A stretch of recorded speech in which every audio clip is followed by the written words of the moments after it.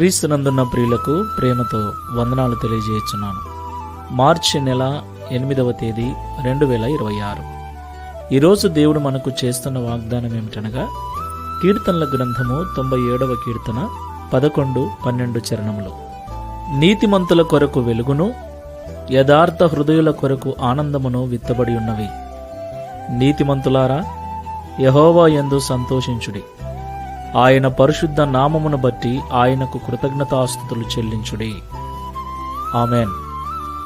నా ప్రియమైన సహోదరి సహోదరులారా, సాధారణంగా మనము దేవుడు ఏదైనా మేలు చేసిన తర్వాత దేవునికి స్తుతులు చెల్లిస్తూ ఉంటాం, కృతజ్ఞతలు చెల్లిస్తూ ఉంటాం.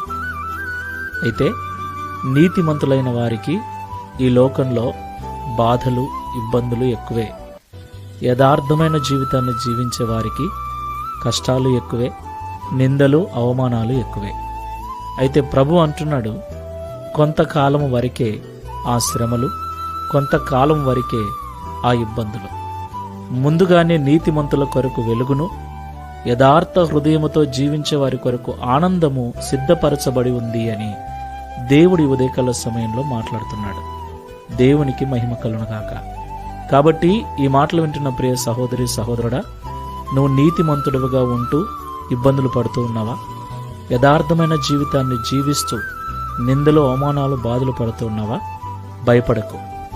ముందు నీ కొరకు మేలు సిద్ధము చేయబడింది, ఆనందము సిద్ధపరచబడింది. కాబట్టి ముందే ఈ విషయాన్ని దేవుడు నీకు తెలియజేస్తున్నాడు గనుక బాధలను బట్టి, నిందలను బట్టి బాధపడక, ముందున్న ఆనందమును బట్టి, వెలుగును బట్టి ఇప్పుడే దేవునికి కృతజ్ఞతాస్తుతులు చెల్లించు. Download ShareChat.